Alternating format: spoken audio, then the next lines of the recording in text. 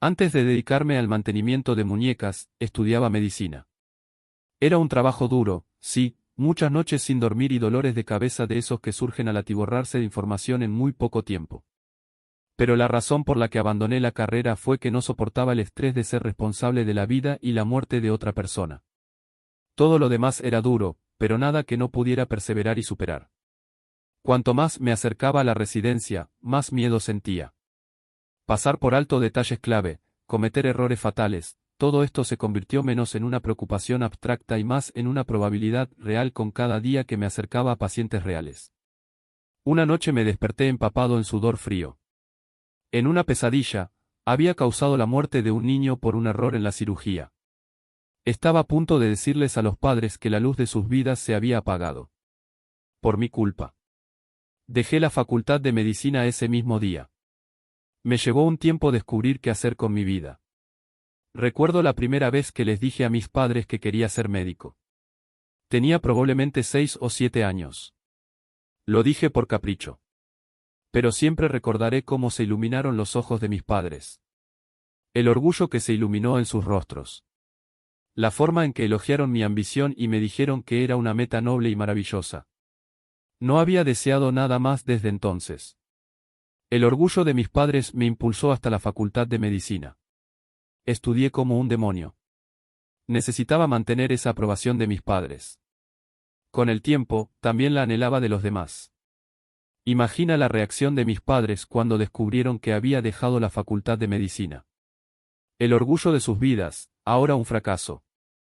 Aún así, me consolé pensando que, al menos, esa decepción no sería nada comparada con haber matado a alguien en el trabajo por negligencia médica. Volviendo al tema de las muñecas. Sabía que quería dedicarme a reparar y arreglar cosas. Bajo esa densa nube de temor, el miedo diario a meter la pata, había disfrutado de lo que aprendí en la facultad de medicina. Conocía bien la anatomía humana. Me fascinaban las funciones y peculiaridades de cada órgano, cada parte. Me encantaba observar los detalles que me daban, los síntomas, sus ubicaciones, contextos, tiempos, etc., y unirlos para identificar una causa. Saber que salió mal, por qué, y luego saber qué hacer para solucionarlo. Para pagar el alquiler, encontré un trabajo esporádico en una tienda de antigüedades justo al lado de mi apartamento. No podía permitirme dejar de pagar el alquiler y que me echaran. No podía volver a casa, no podía soportar la terrible mezcla de decepción, ira, desdén y preocupación de mis padres. El jefe era bastante amable. Me enseñó a arreglar y embellecer las antigüedades que llegaban a su tienda. Relojes de bolsillo rotos, baúles antiguos con intrincados detalles, sillas antiguas talladas, tomaba lo que fuera, miraba las piezas, identificaba lo que fallaba y averiguaba cómo arreglarlo, para que volviera a lucir bien. Trabajé en mi primera muñeca unos 2 meses después de empezar el trabajo. El jefe me había dicho que las muñecas eran especiales. Que los clientes las veían de forma diferente. Un arañazo en un reloj viejo podía pasarse por alto o verse como un símbolo de su antigüedad e historia. Sin embargo, un arañazo en una muñeca incomodaba a muchos clientes. Los molestaba. Un juguete giratorio que no se balanceaba bien era aceptable, tal vez incluso interesante por eso. Pero una muñeca que parpadeara cada ojo a diferentes velocidades, eso sería desconcertante para muchos. Dijo que era porque estaban hechas para parecerse a los humanos. Cuando la gente ve defectos en las muñecas, automáticamente los asocia con defectos humanos. Lo que les hace pensar en desfiguración, dolor, sufrimiento, enfermedades y muerte. Y a la mayoría de los clientes no les gustaba eso. Para entonces, el jefe ya confiaba en mí. Decía que tenía pulso firme, una forma de tratar las partes delicadas con precisión. Así que me enseñó a arreglar la muñeca, a volver a coser la ropa, a ajustar los zapatos, a recortar el pelo y a arreglar el mecanismo. Me enamoré del trabajo desde la primera muñeca, con sus hermosos ojos de ébano y la curva realista de su sonrisa. Era como si volviera a ser médico. O al menos, estudiante de medicina. Podía observar la anatomía, identificar los problemas y encontrar la manera de resolverlos. Y todo sin el riesgo de matar a nadie. Podía hacer la magia que amaba, sin el peso de la vida y la muerte presionándome. Las muñecas no gritaban, sangraban ni gemían. Las muñecas no tenían cuidadores desconsolados que amenazaran con demandarte. Me llevó otro año y medio trabajando con el dueño de la tienda de antigüedades antes de desarrollar la habilidad y la reputación suficientes para comenzar mi propio negocio. Mi antiguo jefe fue generoso. No le importó. Después de todo, me estaba especializando en el mantenimiento de muñecas. Muy especializado, y sin mucha competencia. Incluso me enviaba trabajo de vez en cuando tenía demasiado que arreglar y muñecas que le resultaban demasiado laboriosas y complicadas de manejar. Mi negocio iba bien. Te sorprendería saber a cuánta gente le gustan las muñecas. Después de un año, incluso tenía suficiente dinero para contratar a un asistente.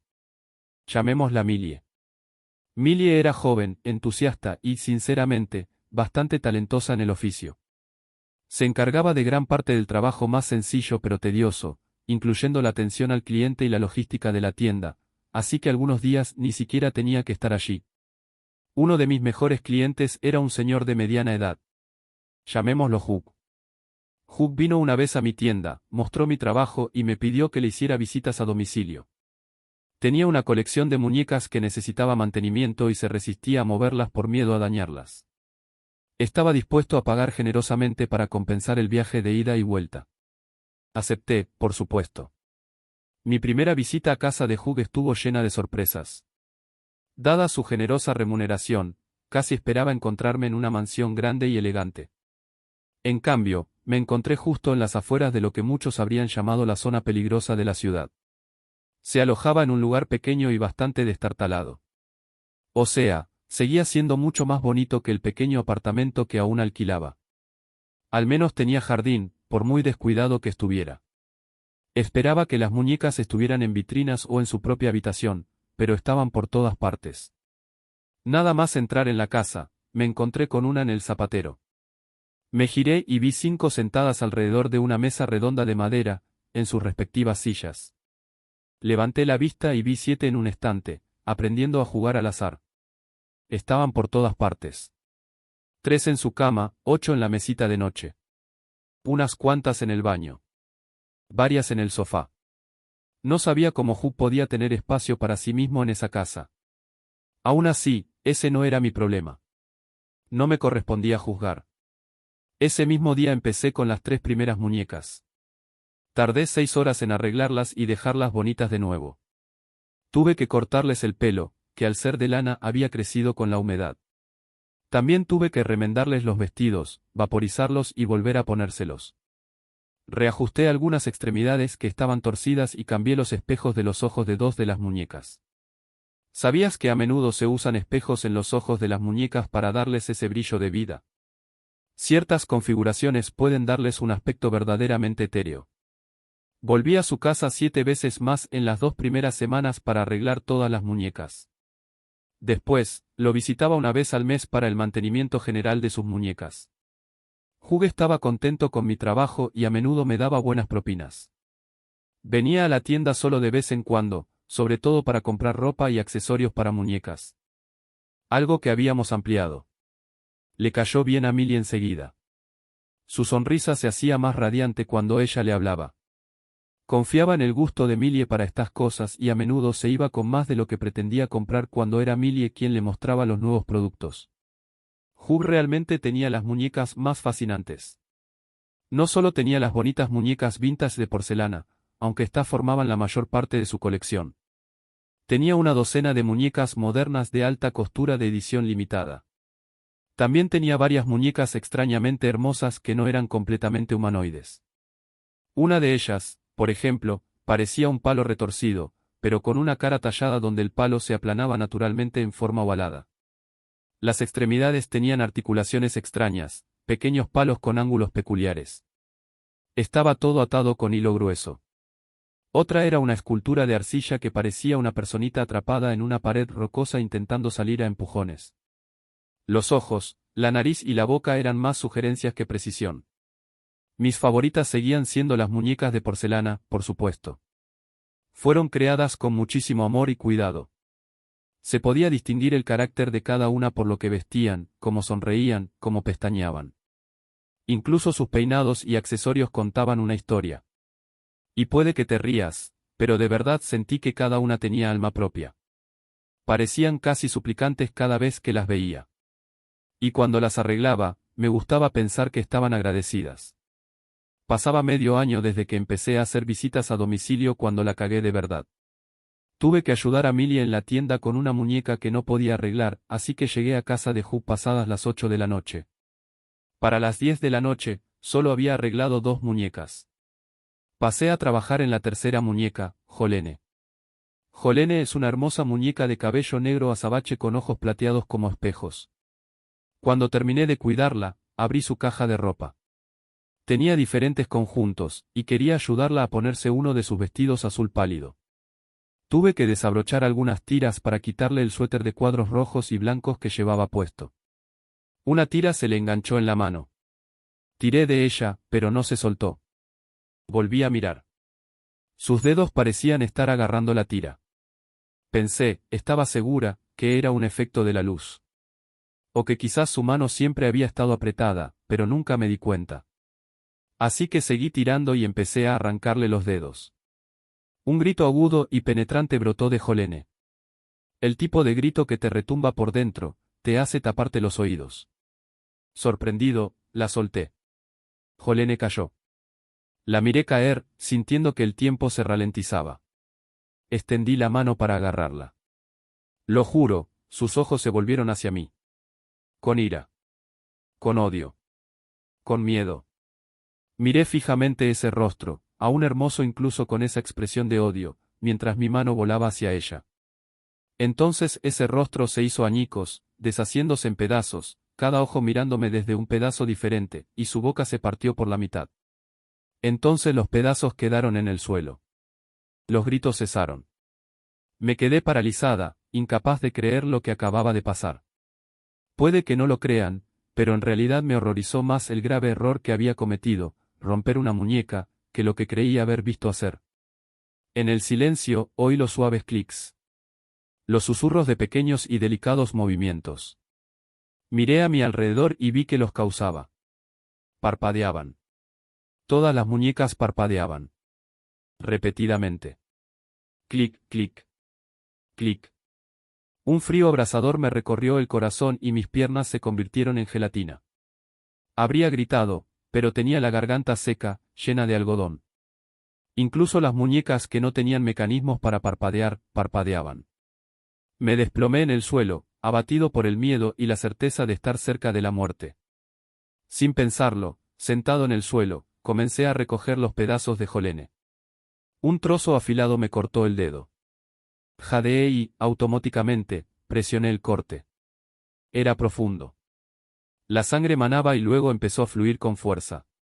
Maldiciendo, busqué pañuelos, servilletas, algo para detener la hemorragia. Entonces, al chasquido de los ojos parpadeantes se unió algo. Al principio me sonó como un ruido marrón, luego me di cuenta de lo que era. Era respiración. Ruidos ásperos, chirriantes, entrecortados.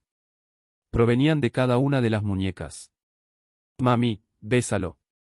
Una voz dulce e infantil sonó detrás de mí. Di un salto, inundada de adrenalina repentina. El bebé necesita un abrazo. Otra voz, más ronca, pero aún inconfundiblemente infantil. Zapatero, zapatero, remienda mi zapato, sonó otra muñeca. Lo entendí. Querían que la curara. Que curara a Jolene. Encontré algo para vendarme el dedo, cada célula de mi cuerpo quería huir, pero sabía que no podía. Había cometido el error. Tenía que enmendar mi error. Tenía que reconstruir a Jolene. Era una convicción implacable. Me sentía impotente ante ello. Tenía que hacerlo. No había otra opción. Me llevó más de una hora pegar las piezas. Todo el tiempo, el lugar estaba en silencio, salvo por el sonido de mi respiración agitada y el parpadeo de las muñecas. De vez en cuando, alguna hablaba. Siempre recordándome que tenía que arreglar a Jolene. En mi aturdimiento, ni siquiera me di cuenta de la pequeña bolsa que yacía entre el serrín que había llenado el interior de Jolene, hasta que casi terminé de pegarla. Era una pequeña bolsa de satén. La abrí y vi un mechón de pelo. Negro, como el de Jolene. ¿Había estado dentro de la muñeca? Dudé, luego la volví a colocar dentro, junto con el serrín que recogí, y pegué los últimos trozos. Revisé mi obra. Jolene estaba bastante bien arreglada, pero no había forma de ocultar las grietas. Su cabello estaba hecho un desastre. Lo peiné con el peine miniatura que llevaba y lo trencé con cuidado. Había una mancha roja entre las grietas. Era mi sangre, me di cuenta. Se había filtrado a través de las vendas hacia las piezas. Pensé en quitar la pieza para limpiarla. Entonces lo oí. Silencio. El parpadeo había cesado. El silencio era hermoso. Te curé, le susurré a Jolene, aliviada. Se me llenaron los ojos de lágrimas. Lo hice. Lo arreglé. Mi error. Claro, las grietas estaban ahí, pero la había vuelto a armar. La acomodé en el estante, esperando que esa posición menos obvia no llamara la atención de Hugh tan fácilmente. Me quedé mirando a Jolene un rato. Su mechón de pelo me inquietaba. Extendí la mano hacia otra muñeca, Anna, con mano temblorosa. No gritó, ni parpadeó. Le quité la peluca para acceder al interior de su cabeza. Miré dentro, algo que había hecho muchas veces. Como de costumbre, no vi nada. Pero esta vez, saqué los trocitos de algodón que tenía metidos en el torso y las extremidades. Los trocitos estaban amarillentos y mohosos. Pensé que probablemente debería cambiarlos. Retiré otro trozo de algodón. Había un toque de azul rey en el torso de la muñeca. Usé mis pinzas para sacarlo. Otra bolsita de satén. La abrí, llena de pavor. Pelo rojo. Un mechón de pelo rojo. Como el de Anna. Lo acaricié. Se sentía más suave que el de Anna. Con un brillo más sutil. Una llave en la cerradura. Aterrada, volví a meter la bolsa y el algodón en Anna y le puse la peluca. Hugh forcejeó un poco con las llaves, lo que me dio los preciosos segundos extra que necesitaba. Para cuando entró en la sala, Anna estaba sentada de nuevo en el estante, ocultando el rostro de Jolene tras ella. Hugh me agradeció mi esfuerzo. Parecía sorprendido de que todavía estuviera allí. Me fui lo más rápido que pude sin ser demasiado brusco. Toda esa noche y el día siguiente, esperé a que Hugh llamara. A que gritara, a que chillara sobre los pedazos rotos de Jolene. Pero no me contactó.